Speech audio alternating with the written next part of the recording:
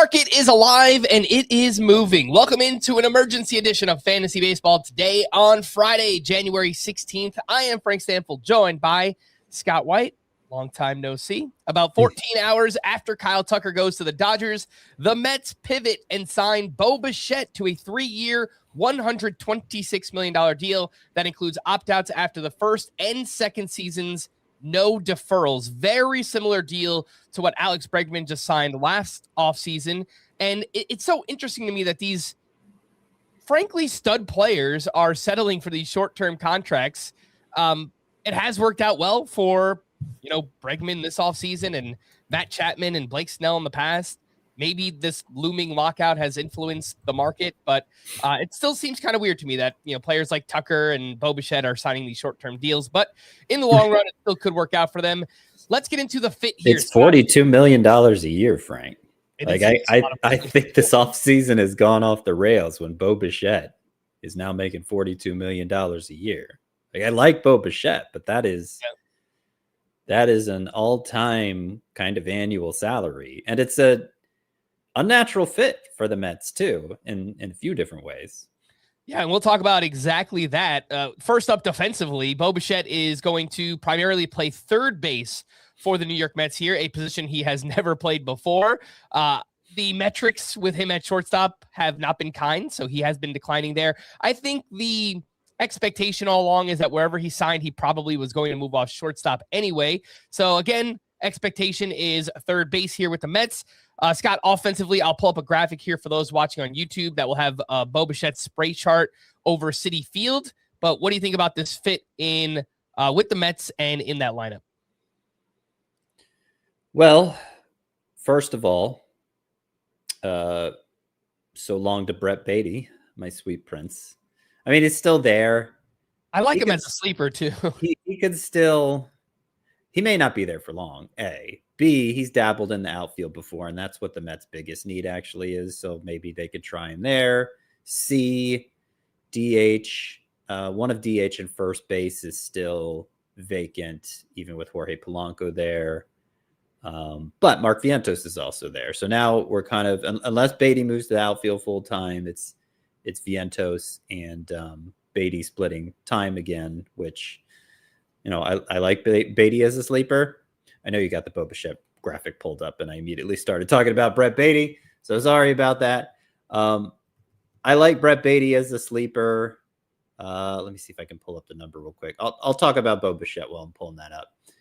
So Bichette, third base. Does he really have the arm for it? That's a real question. Is this venue going to be kind to Bichette? It's especially deep in right center, and he kind of lives there. He hits the ball to the opposite field more often than he pulls it. Now, if you look at the home run specifically, and you see them on the graphic, they tend to be pulled. The home runs specifically tend to be pulled, but the pull air rate overall is low.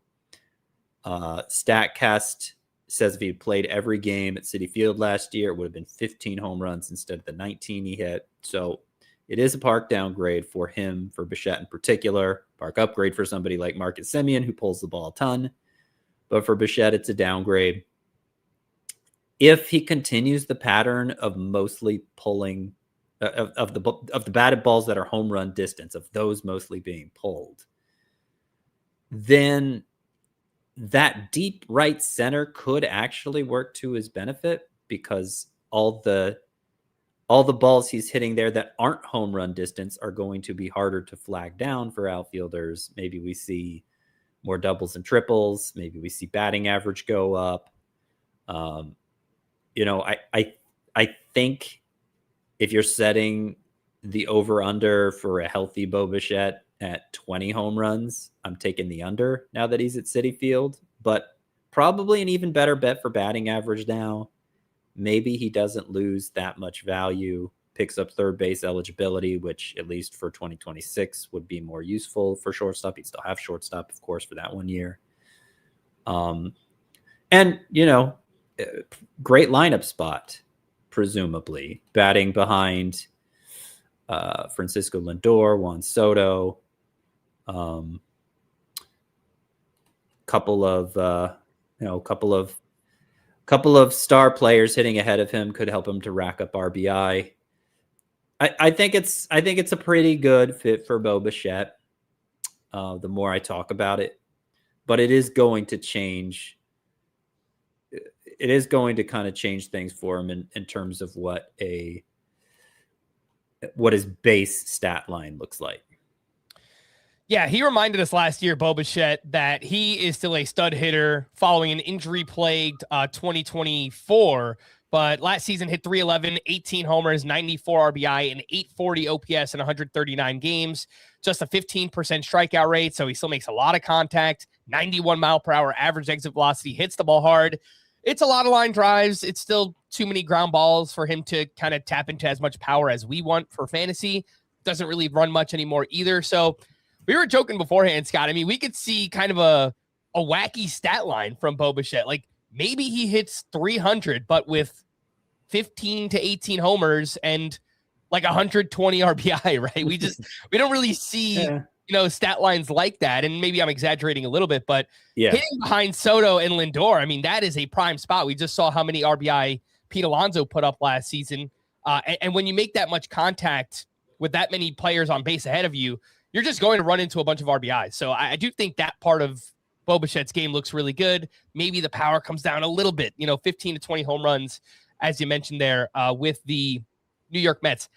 I think the fact that he's going to gain third base eligibility, Scott, helps us a lot for fantasy because, third base, not really the best position. It kind of falls off too. So gaining another third baseman, I think we all welcome that for fantasy. Yep. I mean, that is probably, if you're talking, you're leaving the real world baseball context out of it, just nuts and bolts. How does this affect the fantasy game? Getting another viable option at third base is a net win, even if maybe Bo Bichette's production reduces slightly. And even then, I don't think the reduction in production is a given, just kind of the shape of it changing. However, getting back to Beatty, we are gaining another viable starter at third base, but we may be losing a sleeper. He's going to get some at-bats. I'm not saying he's going away, but if it's part-time at-bats, then he's just not going to matter much in the average fantasy league. And I was excited about Brett Beatty because over the final 2 months of 2025, he hit 308 with 7 homers and 866 OPS. Seemed like he was finally living up to the potential. Every time he gets sent back down to AAA, he just kills it there. And was a little slow to develop, but seemed like he was coming around. I was excited about the prospect of him playing every day, but now if that happens, it's either going to be for another team or in the outfield where he himself would be an unnatural fit defensively. And so bad news for him. Yeah, and it is kind of weird just from a Mets team perspective. I have a lot of Mets fans. They're always kind of ranting and raving about what's going on this offseason. There hasn't been much going on with the Mets. But a big talking point with David Stearns has been run prevention, right? And putting out this great defensive team behind them. And, they did that with Marcus Semien. They get rid of Pete Alonso, who's, not a great defender. But they bring in Bo Bichette, who's just kind of an unnatural defensive fit. And we just don't even know how he's going to do at third base. And then if they want to try Brett Beatty in the outfield, that just kind of adds another weird element defensively to the team. So not exactly sure what they're going to do. I've seen kind of Mets and Red Sox fans on Twitter already talking about like a Beatty for Jarren Duran swap. I mean, that's pure speculation, but maybe probably going to need to give up more than just Beatty. Yeah.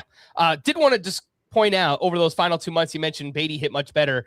The quality of contact during that time, 92 miles per hour average EV and a 12.5% barrel rate. And that was even with the ground ball rate over 50%. So when he found pitches that he can lift and, do damage on, he did exactly that. So I was excited about Beatty as a sleeper. We'll see what happens next for the Mets. Let's take a quick break. When we return, we'll talk about the ADPs. We'll do that right after this. This isn't just combat. It's cinema. Ready or not, here I come. Let's go! Are you not entertained? The new home of UFC, Paramount Plus. Welcome back in Fantasy Baseball today. The big news, Bo Bichette headed to the Mets on a 3-year, $126 million deal that includes opt-outs after the first and second seasons. What about the ADP right now? So far, over at the NFBC in the month of January, Bo Bichette is going at pick 105. I think whenever we see a player sign, it just automatically moves up a little bit, Scott. But as of now, he was sandwiched right between Corey Seager and Trevor Story. How would you rank those three? Seager, Story, Bo Bichette. I would go Seager, Bo Bichette, and then Story, and that's how I had them ranked originally. I don't really get why Trevor Story is getting so much benefit of the doubt after years of injuries and strikeout rates that maybe don't support even what he did last year. It seems like early drafters are taking Story at face value, and that seems a little reckless to me. Makes him an easy choice to be a bust call this year. But Bichette, I actually had 80th overall prior to this signing. And like I said, I don't plan on changing him so much. I don't think his overall value changes so much, just the shape of the production. Well, Scott, great minds think alike. Frank Stampfl, Bust 1.0, currently out on the site. Trevor Story is on that list. I don't really have too many questions about the talent. I just have questions about how many games we're getting and, obviously all the injuries that Trevor Story has dealt with in his career. If we look at third base ADP, Bo Bichette, again, at 105, maybe he moves up a little bit. That would be just ahead of Alex Bregman and Eugenio Suarez. Do you agree with that, Scott? Bichette ahead of those two? Bregman, Suarez? Suarez is kind of hard because we don't know where he's going to play. Right. Where he goes makes a big difference if Suarez goes back to Seattle, which is looking more likely, honestly. If that happens, then definitely going to have Bo Bichette ahead of him. Is that what my initial ranking shows? Where did I have Suarez? I think I have Suarez ahead of, I do. By more than I thought, actually. I have Suarez ahead of Bichette currently. So if he goes to a more neutral hitting environment, or certainly a favorable hitting environment, then I think Suarez, with the massive home run production, at least the potential for it, is going to remain ahead of Bichette. And, obviously it's worth pointing out, yes, Bichette will be third base eligible eventually, but you're going to have to draft a different third baseman at the start of the year because he's not going to have that eligibility right away. So that in CBS leagues, he should have it by not. But you're going to have to draft another one. Like that's true. That presents a complication, particularly in leagues like head to head where roster space is very limited. And it should be within the first week. By week 2, you should be starting Bichette at third base. So, maybe if your plan is to play Bichette at third base, in those shallower leagues, again, where late round picks are still pretty useful players, you just use your last pick on a fill-in third base for a week, and it's not that big of a deal. You can swap him out for another player off the waiver wire once you can move Bichette there. But getting back to your original question, I would put Bichette behind Suarez, unless Suarez goes back to Seattle, but ahead of Bregman, who I think ended up in really one of the worst possible venues for his swing, and I think his stats are going to suffer for it. Getting into some of the fallout of this signing with Bo Bichette going to the Mets, we spoke a lot about Brett Beatty already. Roster Resource has Beatty as a strong side platoon as their DH, with Mark Vientos filling in as the short side platoon. I still think this is a pretty obvious trade situation for the Mets, whether or not they're going after Freddie Peralta or maybe a Red Sox outfielder, whatever it might be. They can, or even Luis Robert. We've heard them linked to Luis Robert in the past. They give up one of Beatty or Vientos. It probably would be Vientos in a deal like that, I would imagine. So we'll see what happens with Beatty. It's still kind of up in the air, but obviously not great for him.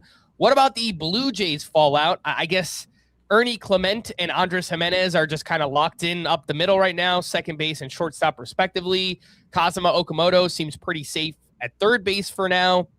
I know the Blue Jays have been aggressive this offseason. They were in on Tucker. They were in on bringing back Bo Bichette. I just don't really see another player out there that makes sense for the Blue Jays to go after. I don't think they'll go Yeah. after Suarez. We haven't heard them linked to Cody Bellinger at all either. So I just kind of think this Blue Jays team might be kind of settling in the way that it is right now. I did see them. I forget who said it. One of the national writers said Bellinger that the Blue Jays might be a suitor for Bellinger.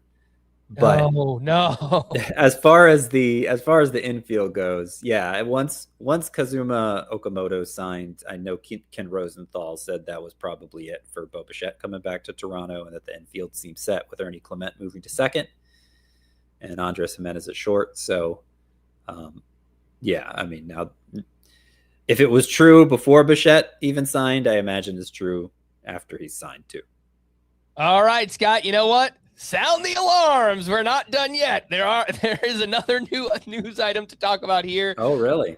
JT Realmuto is headed back to the Phillies on a 3-year, $45 million deal. Obviously, This one not nearly as big as Bo Bichette going over to the Mets, but it is breaking news. I guess we can just quickly talk about it. Bo Bichette, JT Realmuto getting up there in age a little bit. An extension? I didn't even think he wasn't a free agent, was he? He was a free agent. Yeah, he was. Yeah, I missed that one. The only real viable catcher, I guess. Danny Jansen signed with the Rangers, but yeah. Realmuto back to the Phillies. The offense has been declining the past couple of years. I think he's more a high-end catcher 2 at this point than somebody you would want as your catcher 1 in a one-catcher league. Yeah, part of that is just he's a victim of the incredible surplus that has emerged at catcher over the past 2 years with so many up-and-comers there. It's been kind of a gradual decline for him, but as it's declined gradually, so many others have surpassed him. And particularly if you project more decline to come for Realmuto at his age, then you really can't justify taking him as a number 1 catcher anymore. Still a fine choice in 2 catcher leagues, and it's a good chance you'll get him for a discount there. We know Philly, it's a good spot for him. But I don't think there are going to be any miracles performed here statistically. I think he is, a 2, like a 15 homer guy, clearly second rate at the position now, and I think I'm 17th there. So, yeah, not a big draw in fantasy anymore. Yeah, it's interesting. He still hits the ball decently hard. Realmuto, 90 mile per hour average EV. Last season, 257, 12 homers. Counting stats were fine. 8 steals. That still helps at the catcher position.